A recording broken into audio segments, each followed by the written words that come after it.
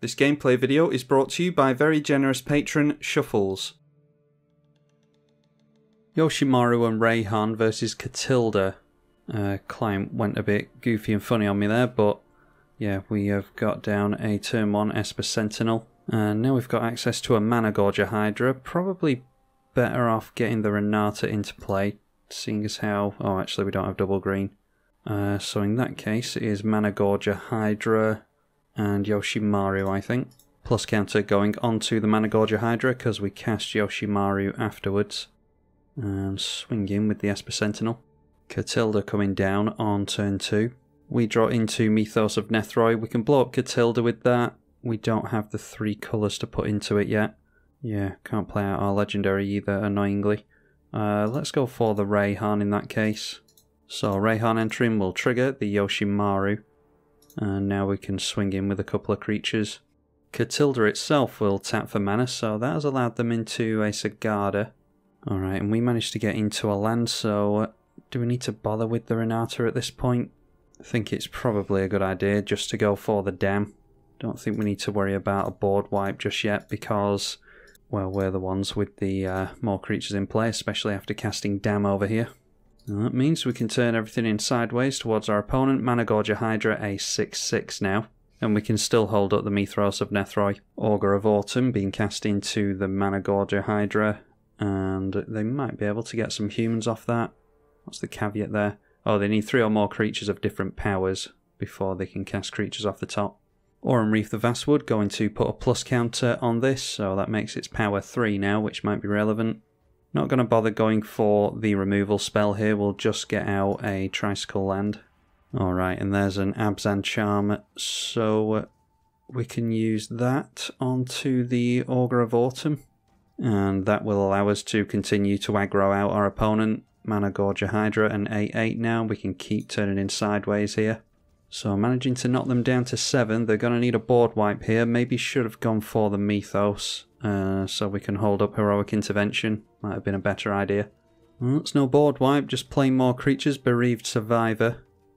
When another creature you control dies, you transform this, and yeah, they just decide to give up at that. Probably likely that we were going to be close to getting them in the next turn or two. In fact, I think we just trample through with the Mana Gorger Hydra, don't we? Up against Omnath, Locus of Creation this time.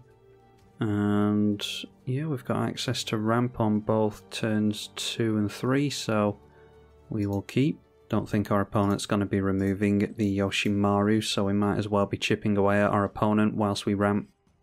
They get down a tapped Mystic Sanctuary. We draw into another land, so we'll take green from the Arid Mesa and then cast the 3 visits. That can be a Tricycle Land. Ping our opponent for 1 as well.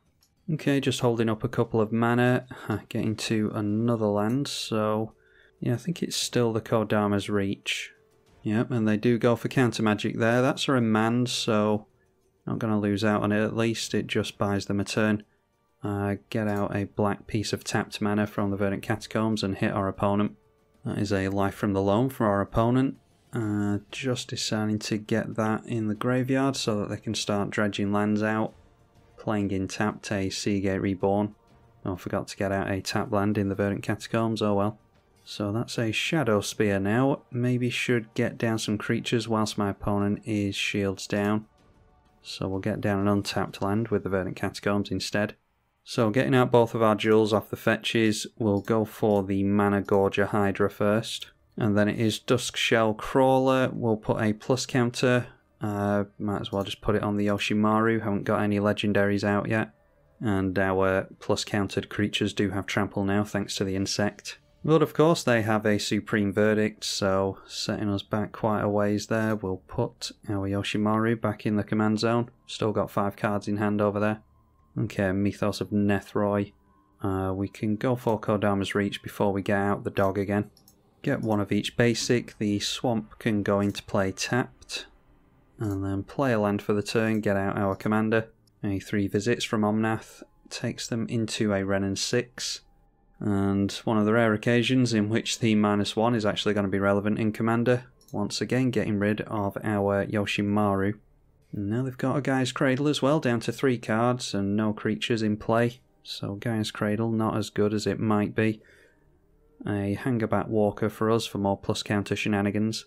So I think we can just try and keep cards in our hand and keep going for the Yoshimaru. We can get down a legendary, I was going to say legendary creature, a legendary permanent there.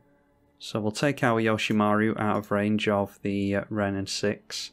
Omnath Locus of Rage into play, we'll gain them 4 life. Noteworthy that they have dredged at some point here, by the way, didn't keep track of that. So there's an Azusa, a Birds of Paradise, and a Baby Teferi in the bin. They crack a Wooded Foothills, so that will get them landfall again, making a bunch of mana. It also gives them a target for the Wrenn and 6. And there is a Ramunap, followed by Eladamri's Call, searching up a Tatyova, and then they put the fetch land back into their hand with the Wrenn and 6, and managed to cast the Life from the Loam, ready to dredge next turn. So, pretty damn good turn for them. That's a Cathar's Crusade for us. I think we need to be looking at playing the Mythos. Let's go Reyhan to buff the Yoshimaru. And then we're missing a land, unfortunately. I would very much like to equip the Shadow Spear and swing straight in towards the Wrenn and 6. But I think we just have to hold up the Mythos of Nethroi and get rid of that Tatyova as soon as it hits play. Chances are they've actually got some counter magic because they've had answers to absolutely everything this game. So there's Tatyova, Benthic Druid. The Gaia's Cradle has already been tapped down. And they get an activation or a trigger from the Tatyova, so while that is on the stack, we'll try and destroy the Tatyova. So cracking the Wooded Foothills in response, they can get another trigger from the Tatyova here. A second trigger from Omnath as well, so that is gain 4 life and then they'll gain the 4 mana, but drawing 2 cards and gaining 2 life from Tatyova. Noteworthy that they didn't go for the counter magic, so I'll assume that they don't have any. And it is an Ancient Green Warden. Yeah, wish my Omnath Locus of Creation deck ran this well. Returning the Wooded Foothills back to hand with the Wrenn and 6. They'll still be able to abuse that fetch because they've got a Ramunap, so haven't been too worried about getting rid of Wrenn and 6, but we'll try and swing in over there next turn. Although, yeah, saying that, this has reach, doesn't it? Which is likely going to be relevant, unfortunately. Okay, a Return of the Wild Speaker, unfortunately. Yoshimaru, not as big as it could have been. So we'll go for the equip onto the Yoshimaru. Yeah, annoyingly going to go for a Return of the Wild Speaker here. And it's likely that we'll just be able to play a land this turn. Yep, so get into a land, that is your Henny, Undying Partisan. I don't think we're going to be doing anything this game. Play out a Plains and say that we've got Swords or Path. Okay, Wheel of Fortune, I'm not against it.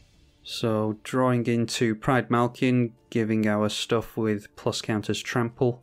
Nissa, Voice of Zendikar to put a bunch of plus counters all over everything. Keep drawing into lands. Armorcraft Judge can hopefully do something about us drawing into something that's actually relevant.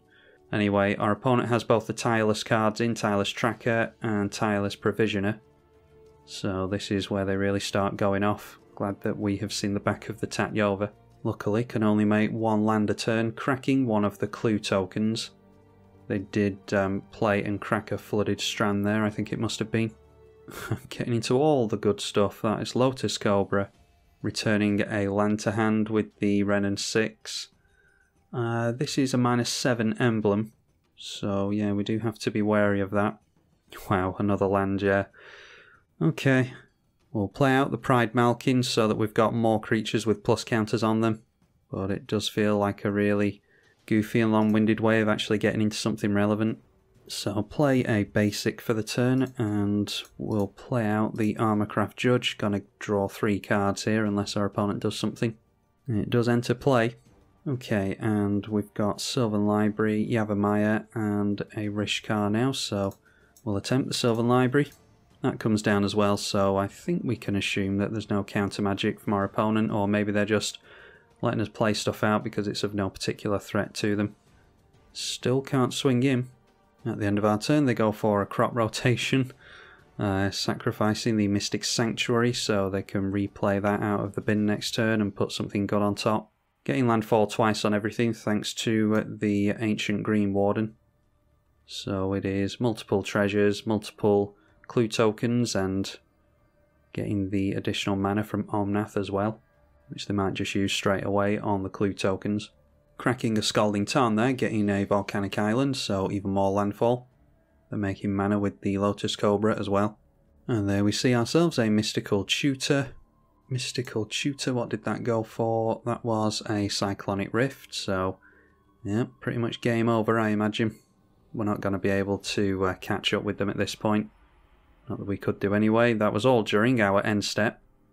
So we have to discard a bunch of cards here. Luckily we have a bunch of lands. Discarded a load of lands. The Pride Malkin, which is way too slow, and the Sylvan Library going to be too slow as well, I imagine. Obviously we are wide open here, so turning everything in sideways. We go plummeting down to 8. Dropping Mystic Sanctuary, getting a bunch of triggers again. They put the Cyclonic Rift back on top with the Mystic Sanctuary. Making all the mana from Omnath are up to 50 life. Cracking a Clue token. This has been buffed up to a 6/5 so far. Another Clue being cracked. They go up to 7 in hand. They do have the Cyclonic Rift in their hand now. Another Clue cracked. A Felidar Retreat now. The Gaia's Cradle has been cracked. They destroy a Tricycle land and give us a Beast token with a Beast within. So we'll just play this out for the fun of it, I think. Go for the Yoshimaru first of all. Then we've drawn into it this turn. We're going to play it here, the Conclave Mentor, and then every legendary permanent we get down is going to put multiple plus counters on stuff. Play our other commander, Reyhan, last of the Abzan. 2 plus counters going to go on Yoshimaru with that. This comes down as a 4/4. And then it's Rishkar, Pima Renegade, and this is going to put 2 plus counters on 2 creatures, as well as 2 plus counters on the Yoshimaru. So it can be 1 on the Rishkar and 1 on the Conclave Mentor.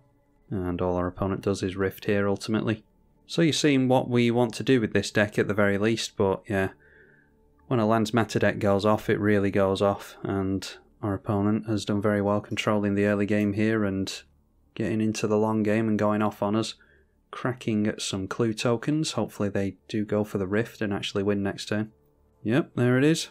So they turn everything in sideways, and that's us done. So it's good game to my opponent. Hopefully you all enjoyed the video. Consider donating on Patreon if you do enjoy these videos. They take a lot of time and effort to put together, so if you do appreciate that at all, then please consider donating on Patreon. I'm tribalkai. Thank you for watching.